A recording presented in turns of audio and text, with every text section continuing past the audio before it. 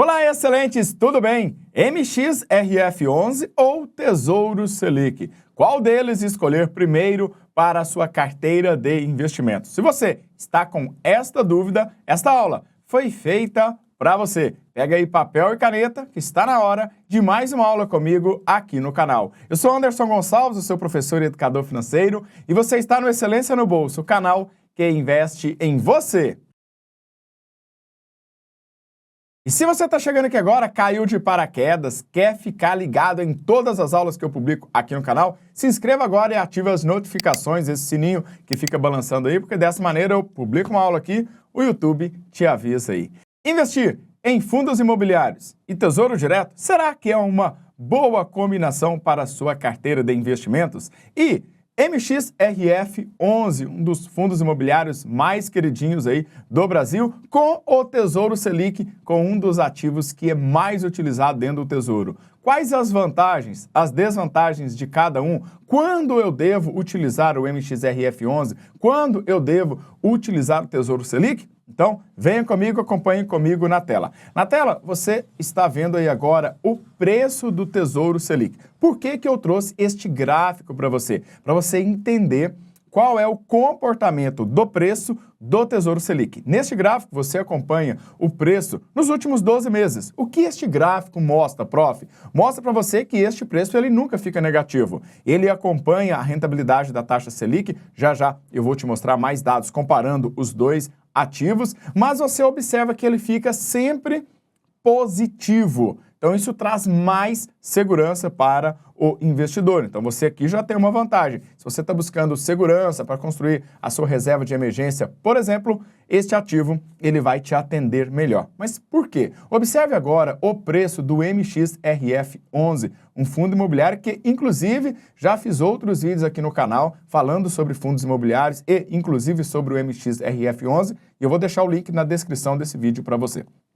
Olha o gráfico nos últimos 12 meses, no último ano. Então, observe aí que você teve uma volatilidade. Então, se você está buscando mais segurança, mais certeza ao longo do período com aquele ativo, o MXRF11 não traz esta segurança. Mas por quê? Porque trata-se de um ativo de renda variável e a característica dele faz com que você veja um gráfico como esse, né? O preço subindo, caindo pra caramba, depois subindo um tiquinho, voltando, lateralizando e crescendo, como está acontecendo agora. Claro, o objetivo seu é para o longo prazo e você deve pensar dessa maneira na hora de criar a sua carteira de investimentos. E agora, observe lado a lado aí os dois ativos, o MXRF11 e o Tesouro Selic 2027. Então, observe que do lado esquerdo, o MXRF11 traz maior volatilidade.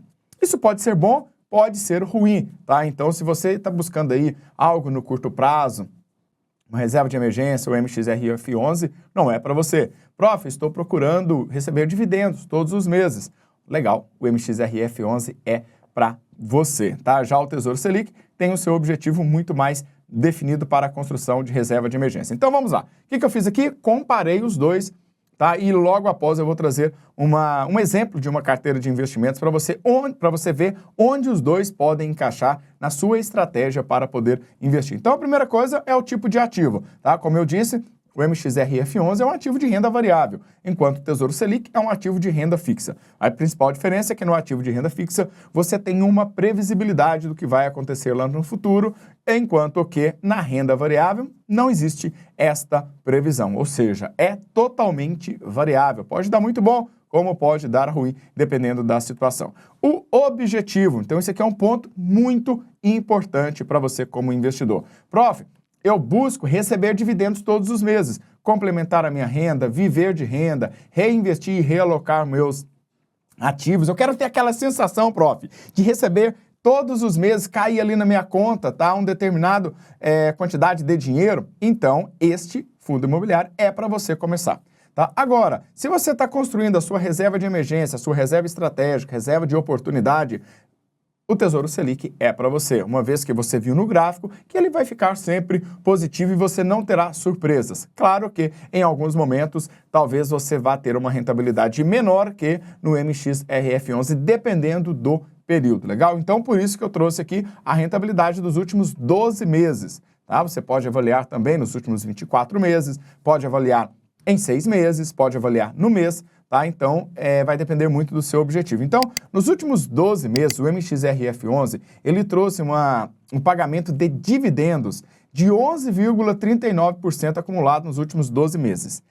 Não sei se você sabe, mas também há uma possibilidade de valorização nos fundos imobiliários, mesmo sendo ele um fundo de papel. E neste caso, a valorização aqui foi de 2,19. Então você teve 11,39, dados aqui com base no Status Invest, e mais 2,19% de valorização. Isso não acontece no Tesouro Selic. Pelo contrário, no Tesouro Selic você teve aí nos últimos 12 meses 11,71% de rentabilidade, dados oficiais do Tesouro Direto, e você vai ter que pagar o imposto de renda. Supondo que você ficou aí durante 12 meses, 365 dias, tirando aí 17,5% de imposto de renda, você ficaria com 9,66% se o valor investido for menor que 10 mil, porque não tem aquela taxa lá da B3. Se for mais do que 10 mil, ainda tem um desconto aí daquela taxa de 0,20% ao ano da B3. Então, observe que neste cenário, nos últimos 12 meses, tá, o MXRF11 teve uma performance bem acima do Tesouro Selic.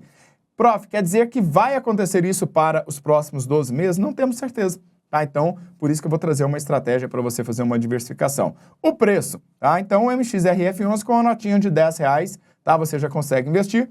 Já no Tesouro Selic, você precisa ir um pouco mais de R$120 para começar a fazer seu investimento, comprar a sua primeira parcela, né, 1% ali do Tesouro Selic. Acredito que isso não seja um impedimento para você fazer esse seu investimento, legal? Agora, o indexador, por que isso é importante? Tá? Já que tem uma rentabilidade, esta rentabilidade está atrelada a qual indexador, prof? Por exemplo, no MXRF11, 75% dos indexadores estão atrelados ao CDI, ao CRI, tá? Certificado de Recebível Imobiliário.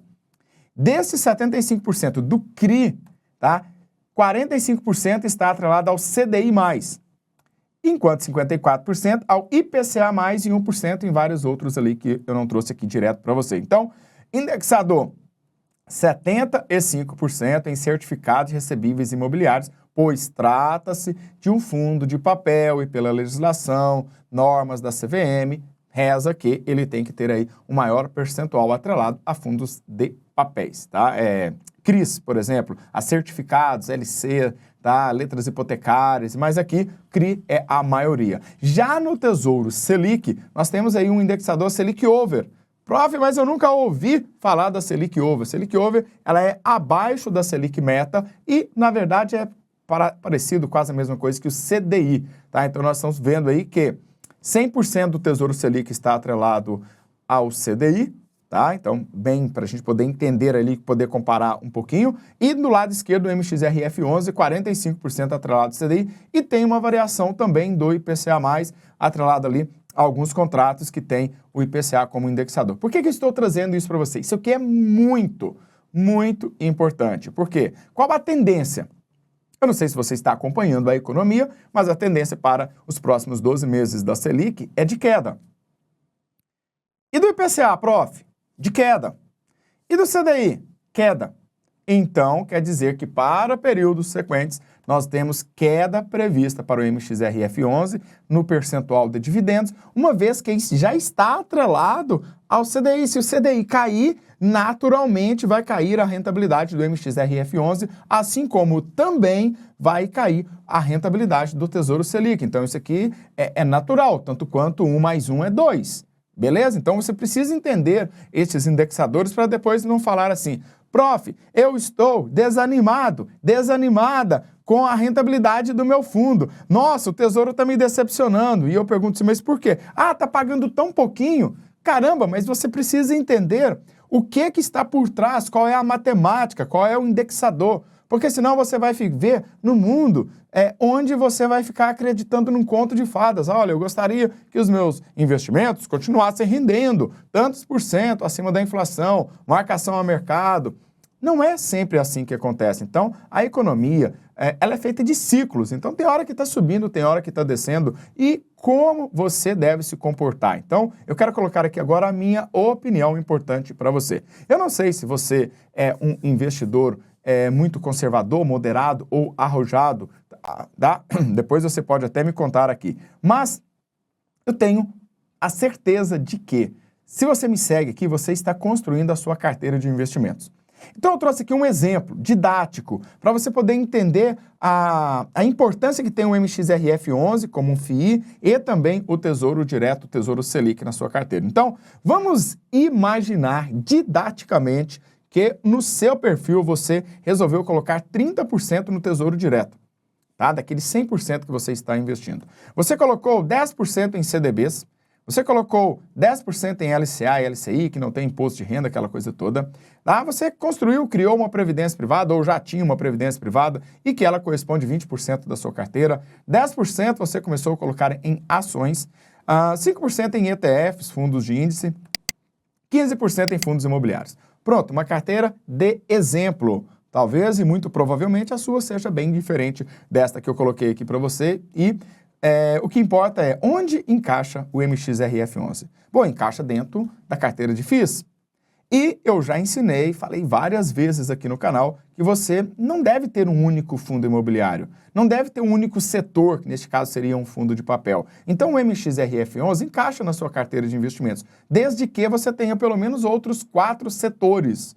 E tem aí de 7 a 10 FIIs para você poder começar exatamente nesse setor onde você vai colocar junto com o MXRF11, legal? No caso do Tesouro Selic, ele vai encaixar ali dentro do percentual do Tesouro Direto, o que eu trago também a mesma opinião, que você não deve ter somente o Tesouro Selic, porque isso depende da sua estratégia. Talvez você esteja começando a criar a sua reserva de emergência, então talvez você não vá ter previdência privada, talvez você não vai ter ações ETF, talvez você nem tenha fundos imobiliários, e aí você vai focar somente no Tesouro Selic. Depois que você ultrapassar a sua reserva de emergência, aquele valor que precisa ser ele pelo menos 6 vezes o seu orçamento, você vai começar a construir outros ativos para acumular patrimônio. Lá na frente você vai acumular tanto patrimônio, tanto quanto será o suficiente para que os dividendos e juros paguem o seu orçamento. Desta forma você estará vivendo de renda, livre de ter que trabalhar por obrigação, independente financeiramente, tá? Então, se é isso que você quer, o MXRF11